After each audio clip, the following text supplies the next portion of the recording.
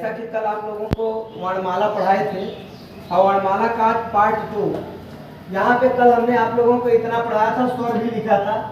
तो स्वर में सबसे पहले थोड़ा सा आ जाइए कि जो स्वर है ये स्वर आपका पूरा का पूरा स्वर सघोष है और सघोष के साथ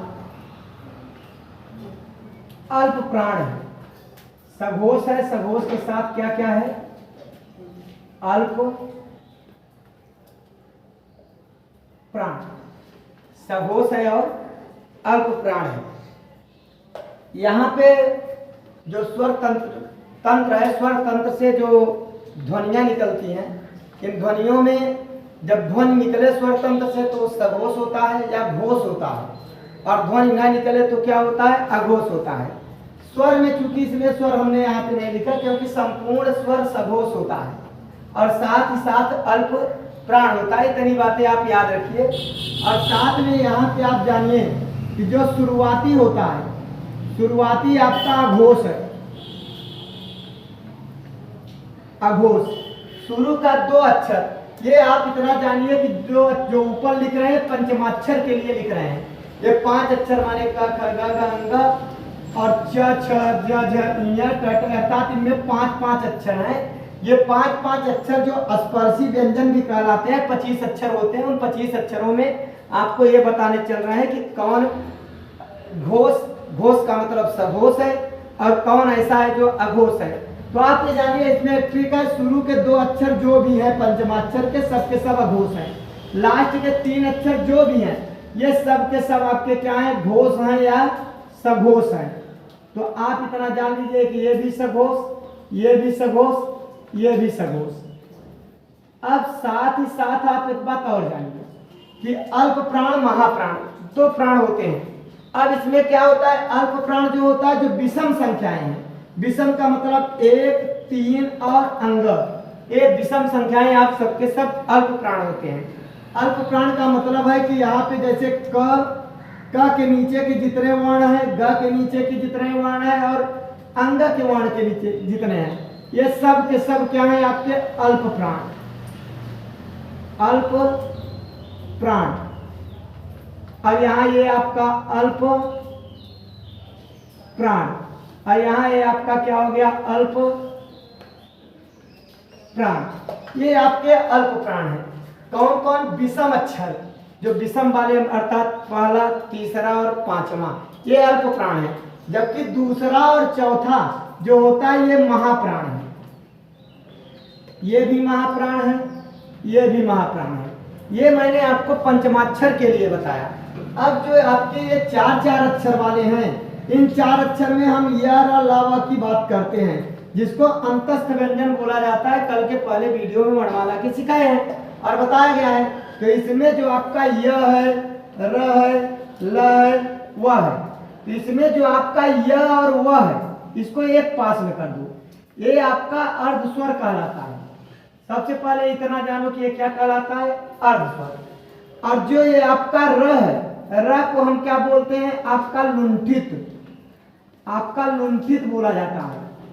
और ल को आपका बोला जाता है पार्श्विक।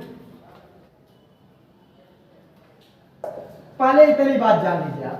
यह वह में अर्ध स्वर जैसा, कभी ये स्वर और कभी व्यंजन जैसे व्यवहार करते हैं। जब स्वर जैसे व्यवहार, इसीलिए इसको अर्ध स्वर कहा जाता है। जबकि र आपका लुंठित वर्ण है और र आपका लुंठित है, और जबकि ल आपका पार्श्विक व्यंजन कहलाता है। यह को यहाँ को, वह को यहाँ ले आके रख दिए। ये पूरे के पूरे अक्षर जो ये चारों हैं, ये चारों के चारे अक्षर आपके अल्प प्राण हैं। अल्प प्राण है। और साथ ही साथ आपके क्या है? सघोष है, अघोष है। 1 मिनट, सघोष है। अल्प प्राण है और क्या है बेटा? सघोष है। यर। अब आगे आपका स, ख, स, ह। ये आपका जो स, ख, स, ह है, ये सब के सब क्या है? आपके महाप्राण है। सब के सब क्या है बेटा? महाप्राण।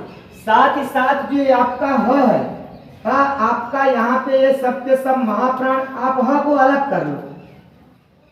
ये पहले 3 का जानो। स, ख, स ये महाप्राण है और साथ में आपका घोष है। अब ह के लिए अलग से देखो, ह आपका महाप्राण तो है, परंतु साथ ही ये सघोष है। साथ ही आपका क्या है? सघोष है। अर्थात महाप्राण चारों है, लेकिन ह आपका महाप्राण सघोष है, जबकि आपका स आपका क्या है? महाप्राण अघोष है। अब इसी समय आप थोड़ा सा ध्यान दीजिए, यहाँ पे एक होता है प्लुत स्वर। प्लुत स्वर, प्लुत स्वर का मतलब है जहां लंबी खींच के कोई बात रखी जाए, जैसे राम इस प्रकार से बोला जाता है, तो इस प्रकार से उसको लिखते भी हैं राम, ये आपका प्लुत स्वर के अंतर्गत आता है। इसी तरीके से एक अमानक वर्ण होता है, जो पुराने जमाने का झ था, ऐसे करके इसको पुराने जमाने का जो झ था उसको आज के डेट में अमानक वर्ण के नाम से जाना जाता है। अब इस प्रकार से आपका जो वर्णमाला का मुख्य बात थी वो आपका यहाँ खत्म होता है। अब इसके बाद दंत के आधार पर और अनुनासिक, अनुनासिक का मतलब जैसे चंद्र बिंदी लगा के ऐसे बात करते हैं, अर्थात जहाँ नाक के साथ साथ मुंह से भी आप माने हवा निकले, वहां पे क्या होता है? अनुनासिक वर्ण होते हैं। अनुनासिक वर्ण के बारे में कल थोड़ा सा बताया गया था। तो आप इस तरीके के जो वर्ण होंगे उसे अनुनासिक वर्ण भी कहा जाता है। बाकी कुछ ऐसे हैं जो आपके स्वर तंत्रियों के माध्यम से, अर्थात ऐसे वर्ण होते हैं जो आपको नाक से, मुंह से और किस किस तरीके से अलग अलग वर्ण है उसका एक दिन आपको बताया जाएगा अलग प्रकार से। और वर्णमाला का ये मुख्य जो टॉपिक था यहाँ पे आके आपका समाप्त होता है। बाकी का वीडियो अगली वीडियो में आपको बताया जाएगा बाकी बातें, और अब आप लोगों को लेके आएंगे अगली वीडियो में। धन्यवाद।